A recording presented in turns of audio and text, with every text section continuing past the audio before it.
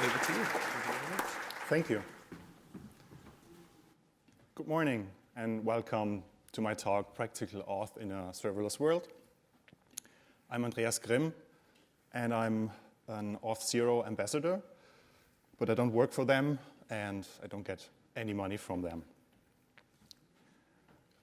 Just a quick note, my slides will be published at least there on Speaker Deck. And I love serverless, obviously.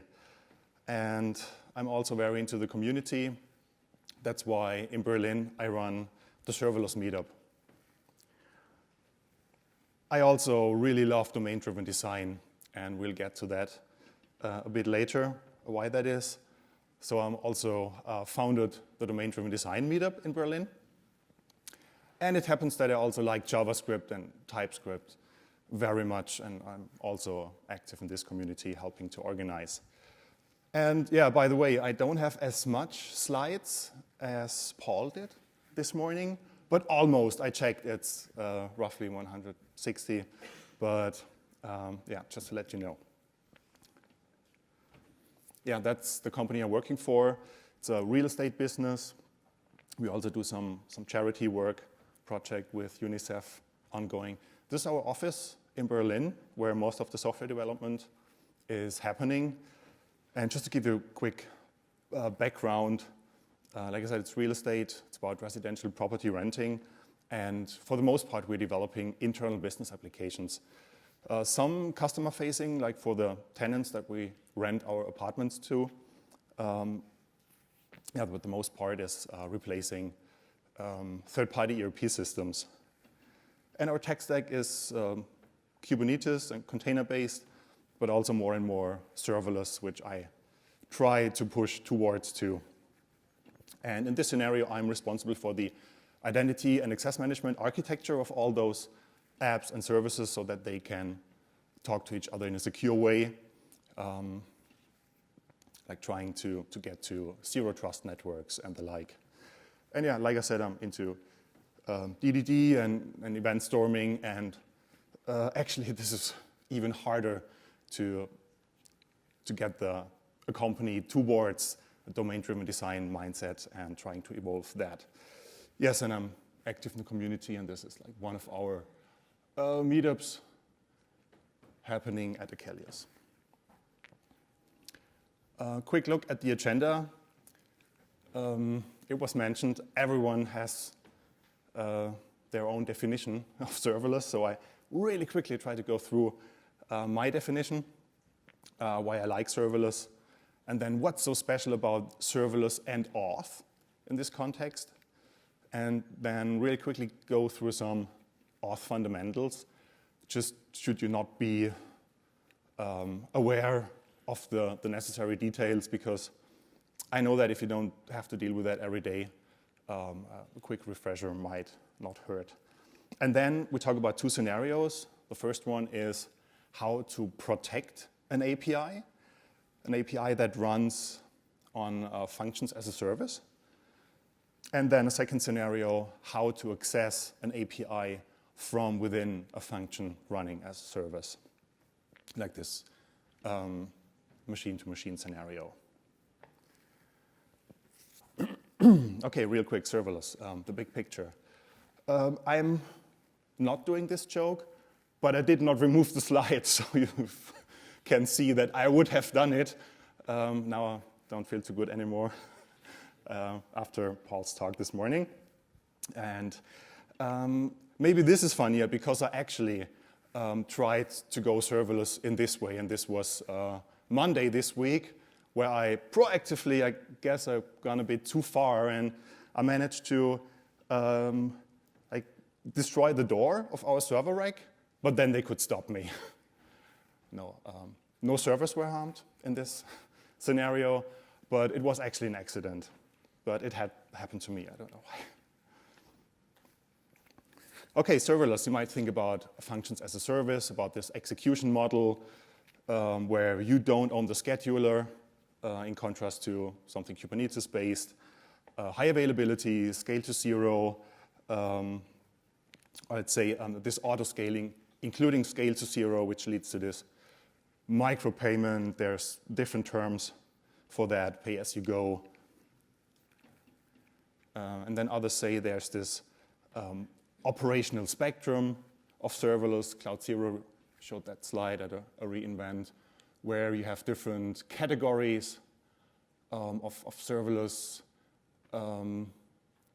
services or natures, and from like the more operations involved towards less operations in all those different categories. And there's even more the topic or the category of observability and distributed tracing, which is very important also when it's about security. And there's good solutions. I would recommend you to maybe just drop in products from Thundra or Epsagon.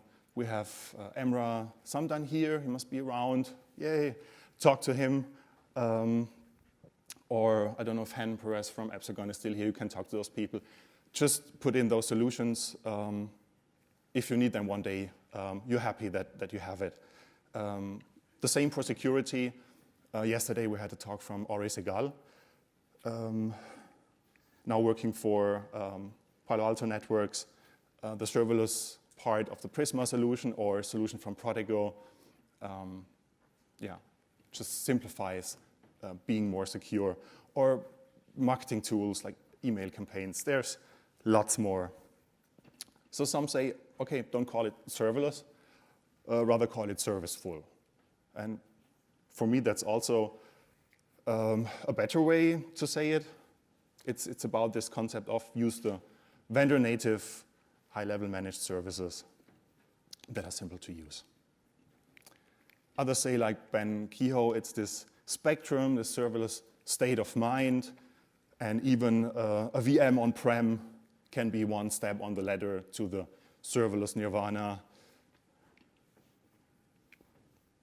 And others again, like Jeremy Daly in Milan this year, said serverless is not any of those specific topics. And I would say it doesn't matter too much if you think it's this or this subset of specific things, what you would call serverless or not. This is another definition that I like. It's serverless is this methodology for planning, building, and deploying software in a way that maximizes value by minimizing undifferentiated heavy lifting. You might have heard that. And this is where we're on the same page again. And it might sound familiar if you attended the keynote this morning, because it says it touches everything up and down the value chain, and I'm totally with that. And it's not only about software development, but also product strategy, design, budgeting, resource planning, and that's not technical things, but I don't want to repeat the keynote. But also cloud vendors, they tend to say today it's not pay per use, but you pay for value that you get out of what they provide to you with their services. But in the same way, you should think about value. What is your value add? And like I said, minimize this undifferentiated heavy lifting. What is it really that differentiates you from your competition? And yeah, there we're at business problems again, or business domain, and this involves talking to people.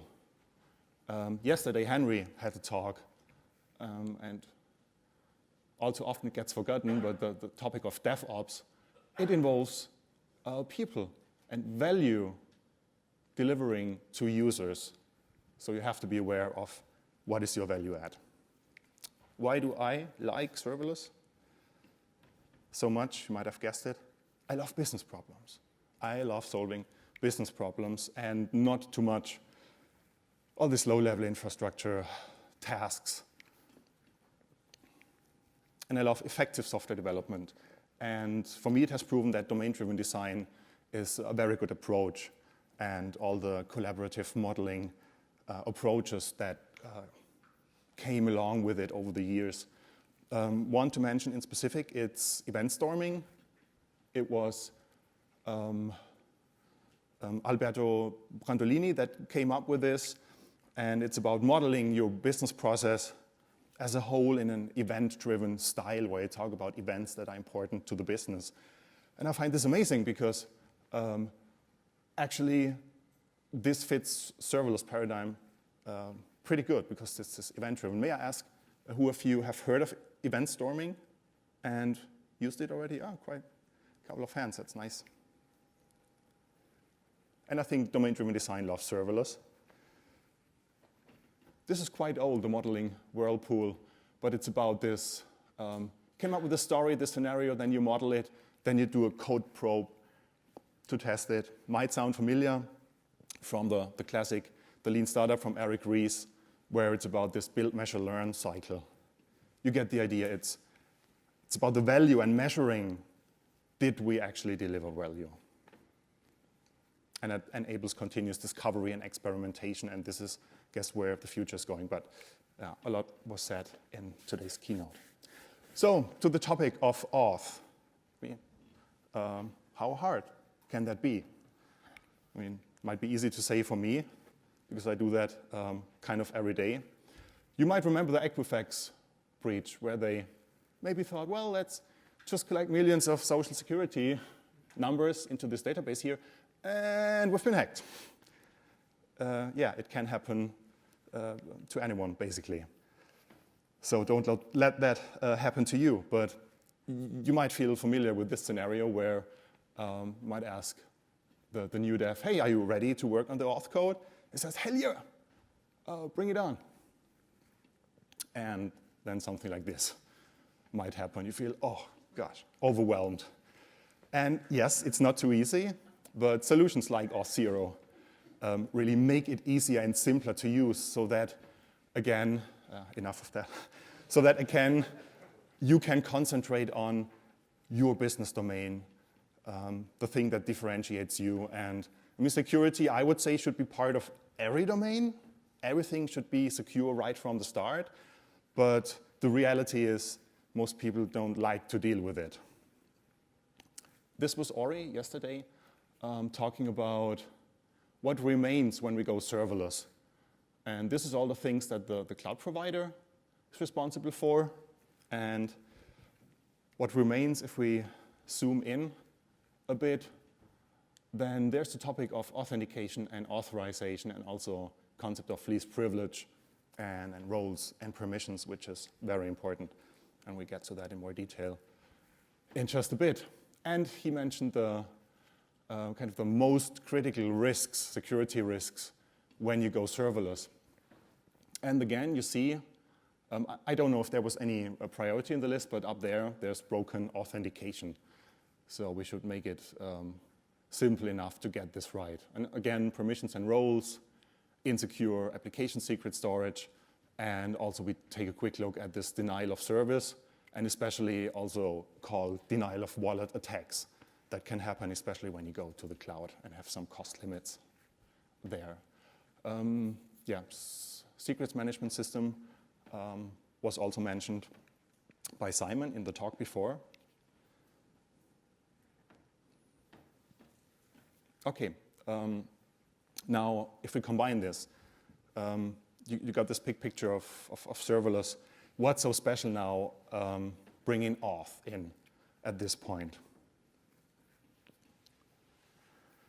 Thing is, you want a serverless identity provider because you don't want to run servers, and there's something called identity as a service.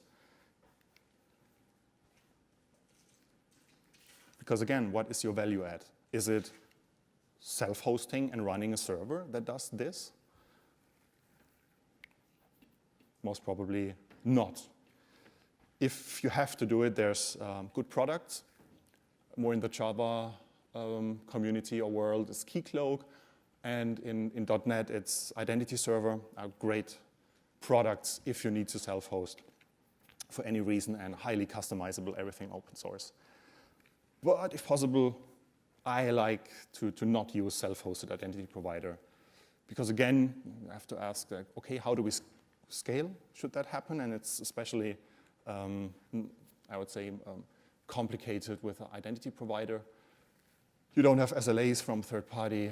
And I do not want to have PagerDuty with such a critical component where no one can work anymore, basically, when this service fails.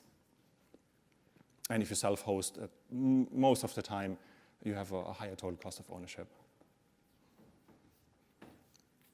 Okay, managed identity providers then. There are a couple. In my examples, I'm going to use Auth0, but also Azure Active Directory is a managed identity provider, Okta, Ping Identity, and of course, AWS Cognito. Important is the pricing model, right? Because if we don't use it, we don't want to pay. And let's check real quick. Auth0 in this case, it is pay per use, not really pay per every single transaction, but you see we have these steps here depending on the number of users. And it supports enterprise users, which not every identity provider does. Also here we have kind of pay per use. And if you federate with another company that is your partner, it's kind of this enterprise scenario again. And then very important is machine-to-machine communication. And you see the price adjusts according to how many access tokens you consumed. And that means if we don't use that many tokens, we're going to save money. And this is what we want to achieve.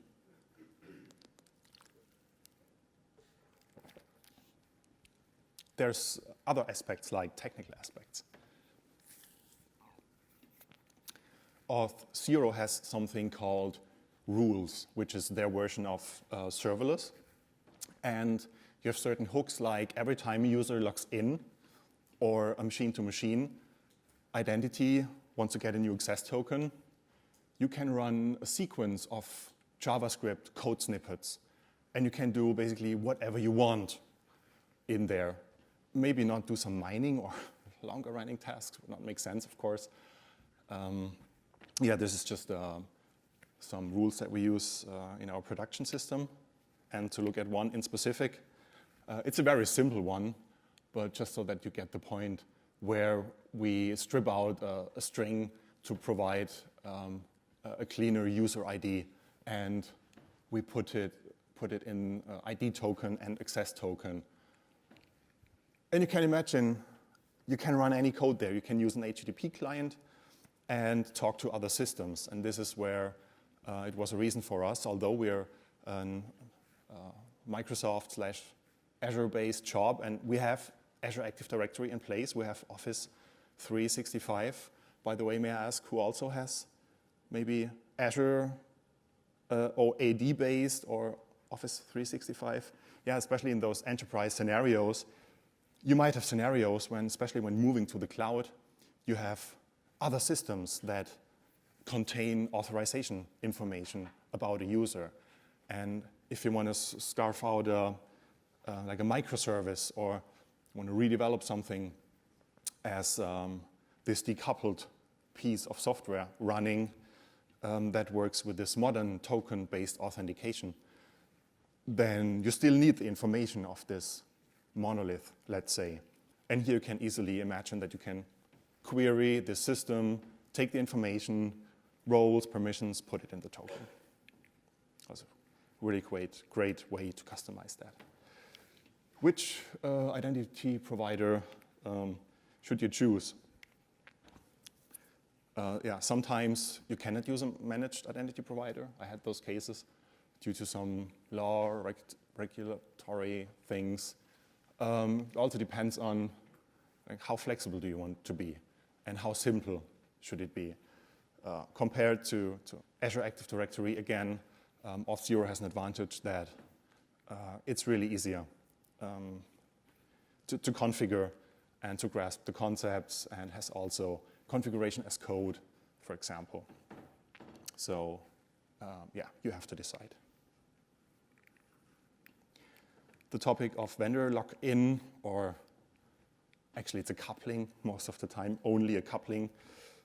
It's not as dramatic here because this is based on open standards like OAuth 2, OpenID Connect, And there's slight differences between vendors, but it should be not too hard to move to a different one, should you ever need to.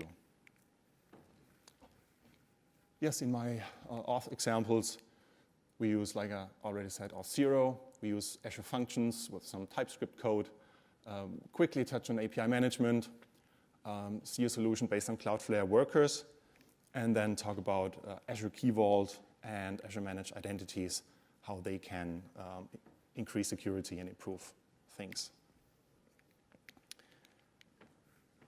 So the first scenario is, how do we protect an API? An API that runs based on functions as a service. And let's imagine a very simple scenario. You want a cat picture, right? Because cat pictures are still a thing. You want it from a serverless cat server, from a cat API, to display it in your browser. Very simple scenario, right? And now what we want is, we send a simple GET request to this API, but we want it to say, no, you need an access token to get to this resource, and that it sends a 401. And now this cat API has a trust relationship with our identity provider. And because of that, from our browser-based application now, we need to talk to the identity provider to get an access token. Once we have it, we could send it to the API. For that, we need to configure a single-page application in this case, let's say, use this configuration in our front end. And a user that operates this application sits in front of the browser, now gets asked by the identity provider for the password in this case, the secret, and if the credentials are correct, then our application is being delegated the access rights, you could say, in form of this token that the identity provider sends to our application. And you might have guessed it, what we can then do, send this access token to the API, and this time, yay, token is valid.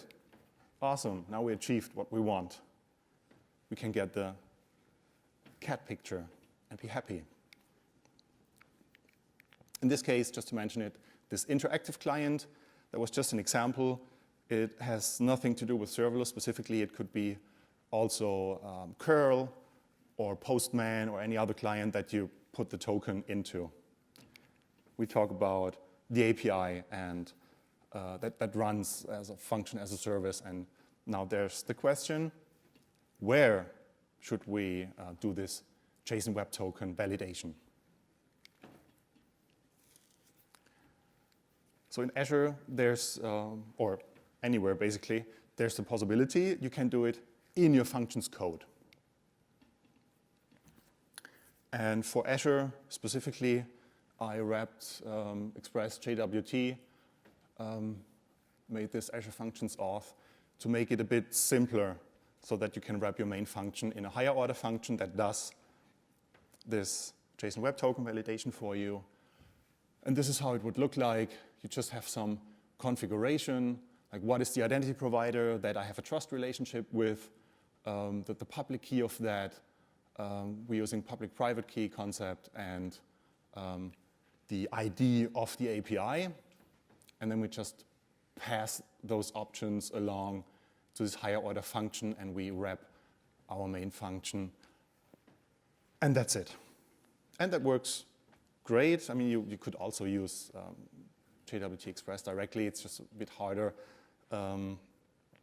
Therefore, this wrapper.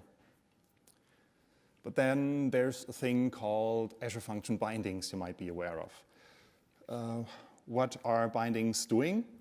You can declare actions that should happen before your function is running, before your function code is running. Like, for example, getting a document out of a database. And at the time your function code runs, you already have the document passed into a function as a JavaScript object, for example. And this is the way how you would declare it. let's say, here with our serverless cat API, and we pass it a cat ID, and we just declare, please take this ID to query Cosmos DB, for example, so that we have the document when our function code is running. But what you have to be aware of is that those bindings run before your actual function code runs. And if you only do the auth stuff in your function, that means there's code running, there's I/O happening to the database. And this is where denial of service attack could happen, because it takes away I/O resources for your other valid requests, and could even lead to this denial of wallet scenarios, because you have to pay for I/O, for the provision throughput for Cosmos DB in that case.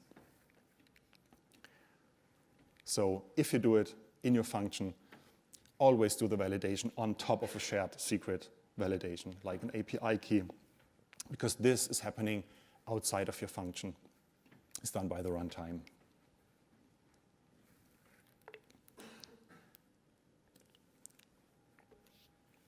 Excuse me. Okay, what other options do we have? We could do the JSON Web Token validation in the function app. Function app, for those who not know, is this group of functions that get deployed together and that share one identity.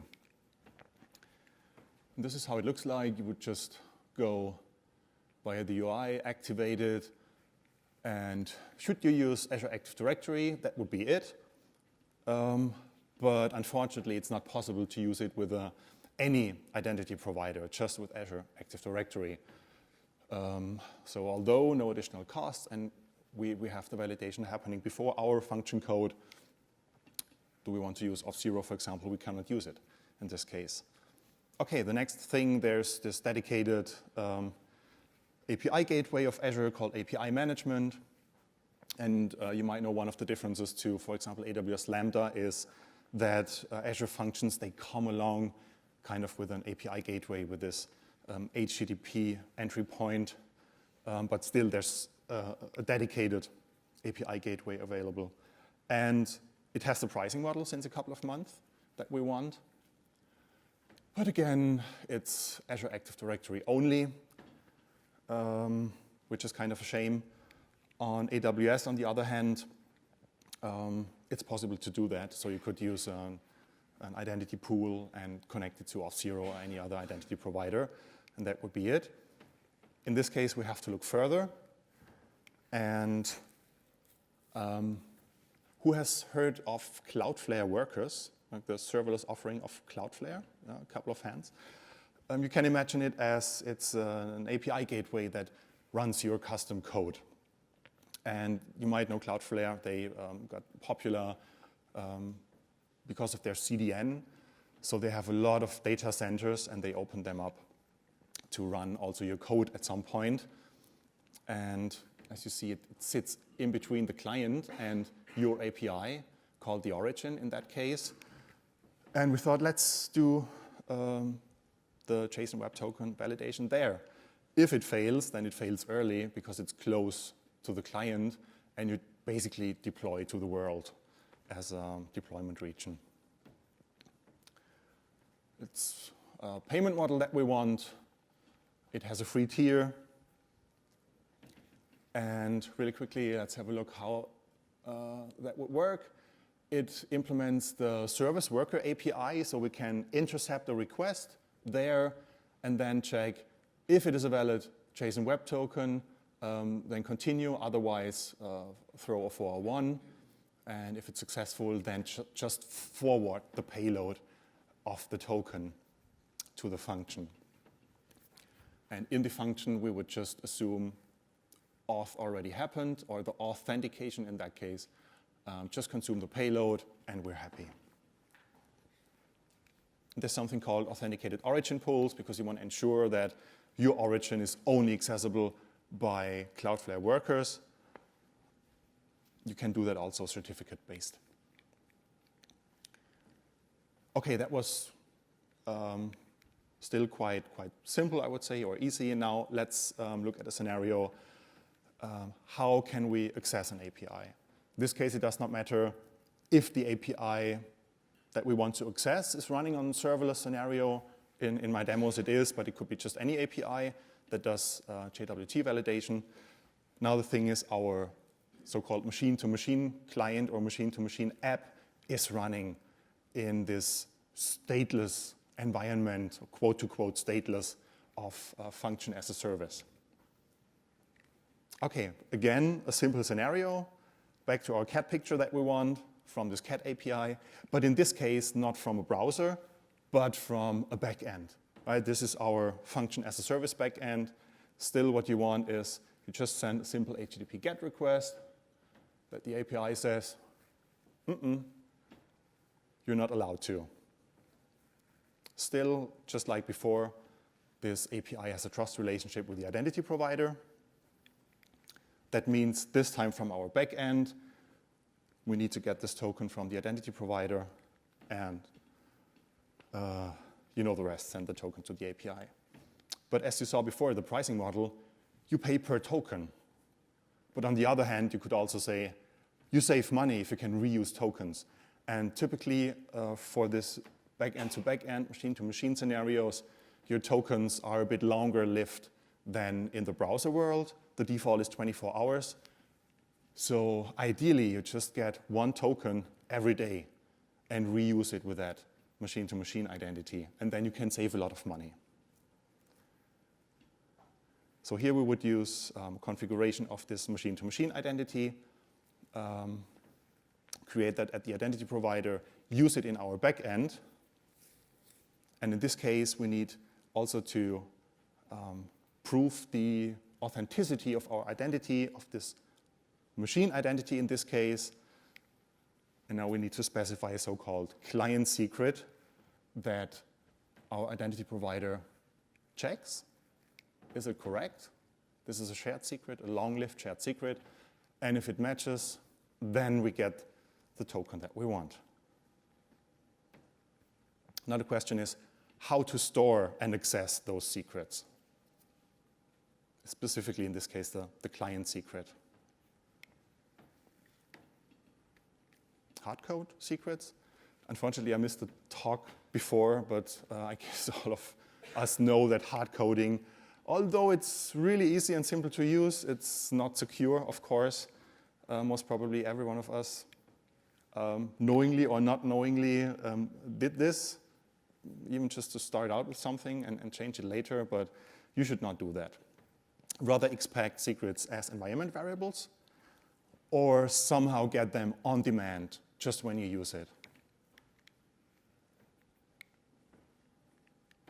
Okay, how do we provide them in a secure way?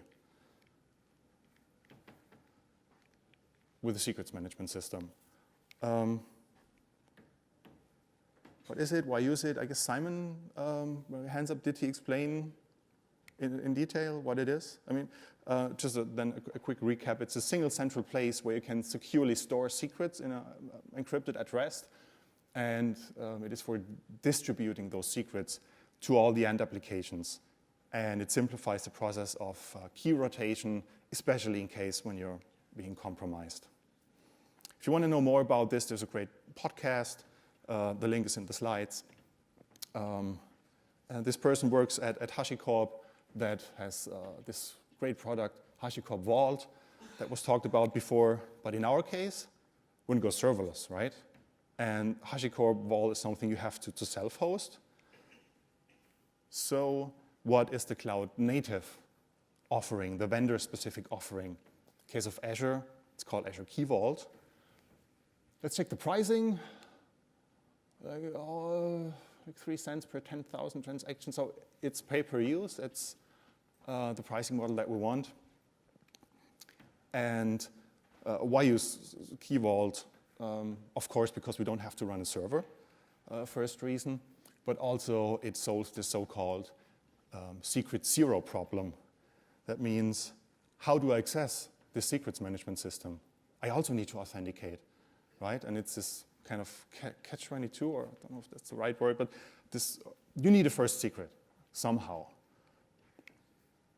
But a key vault is based on identity, on the identity of the key vault as a component of a resource. And let's imagine we would first check now from our backend, do we have a cached token? Because this is what we want to save money. We don't have it in memory. Because you can use the kind of singleton pattern and have something stored in memory on your instance, on your function host instance in this case. If not, then we would go and ask, hey, Key Vault, do you have an access token cached for us? But Key Vault says, no. And it was this first connection that we did to Key Vault. How did we authenticate? And like I said, this solves this secret zero problem, this bootstrapping, because it's based on the identity of our cloud native component. In this case, this is Azure Managed Identity. Via the UI, you would activate it here, or you need to activate it. Of course, you can do everything configuration as code based. And then in the secrets management system, we would go and say, hey, function app, the access policy is you can do those operations on secrets. This is just for the sake of simplicity. You might want to separate in more than one key vault and not give read and write access, rather consider more key vaults per resource or component. And this is how the secrets look like in the Azure portal, where in this case we would have our client secret. And now you can imagine it's in the key vault. We get our client secret to the backend, which we then can use to send over to the identity provider for us to get the token. Then we can cache it in memory if we want. If you're afraid of memory dumps or be more secure, then maybe not cache it in memory, but it is an option. Then also cache it in Key Vault. And why? Again, why do we need to cache the token? Of course, to save money. So taking a token out of Key Vault or memory, it's much cheaper because we don't pay Auth0 for it per token. And then we can get what we want. The cat picture, our beloved cats from the cat API.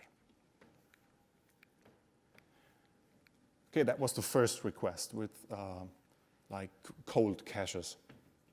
Now let's see the second time we do it.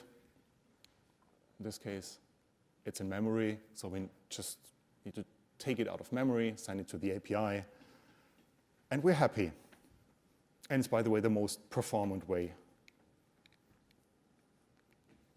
But then scaling happens, right? Because this is what we expect when there's higher load, so that our instances get scaled. That means the second instance, it's not in the memory cache there, but then instead of going to Auth0 to get a new token, again with the identity of this function app, we can tell the Azure Key Vault, the secrets management system, please give me the token, and you get the idea, send it to the API again. In this case, it's about this machine-to-machine client running in our functions as a service. And let's have a look at how do we get that from code. Well, not hard-coded, either expected as an environment variable, and there's something called Key Vault references, where you don't actively need to write the code and go and get the secret, but you just specify a pointer in the configuration of your application, so-called Key Vault references, where it says, hey, this is where the URI of my secret, please at runtime get it to me. Just like in a sense like the bindings that we saw before. And this is just usual stuff, nothing specific, where you send client secret, client ID to the identity provider. It's just a simple HTTP call. You get back the token, so do all the caching, and then use the token, right? You call your API and then just put this authorization in the header. And there's different libraries, of course, that you can use. They do it slightly differently. OK, let's look at a demo real quick.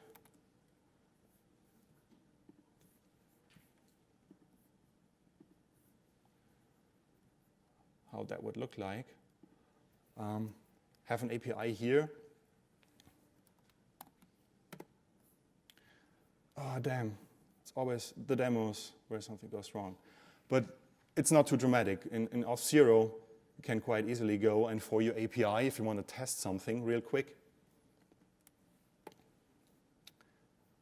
and get a token, an access token, right away. Or this would be how you would do it from curl or any other programming language.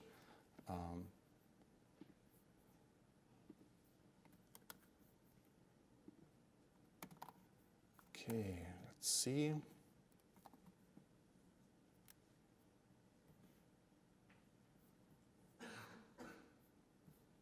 Yay. OK. You saw with the valid JWT, JSON Web Token, we got this cat picture, more or less. It's maybe not the most beautiful cat. And this is Azure Key Vault, the secrets. And like I said, for the sake of simplicity, we have the client secret and the cache token all in one place. And this was an example that did not use caching, just to show you the difference. But if you do caching, it's really easy. You just initialize the key vault, get this cache token. You have might have some 401 logic that just, in that case, that the token expired or something. And then it's really simple. Get a new token, you cache it again, and everything based on the identity of the function app. Don't have too much time, just see this other example.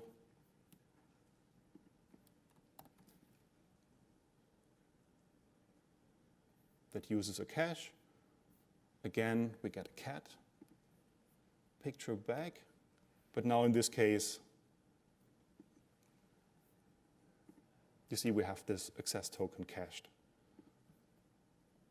And it's for the API. You see it's E, Y, J, the typical base64 encoded start of this access token. And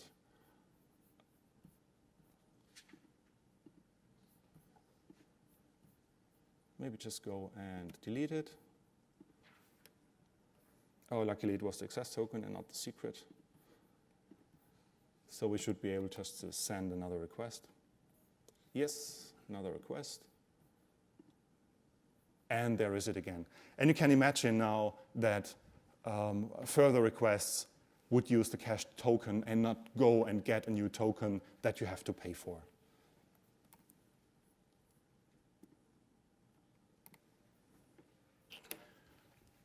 OK, now based on some feedback, or also like it is done in the Kubernetes world with a sidecar proxy that you have to talk to other services, we could improve security. Just go over that really quick. You could, with a token renewer approach, like have your machine-to-machine client in this dedicated function app, and this just goes, gets the client secret, with that gets a token once per day, let's say, and cache that in a separate key vault.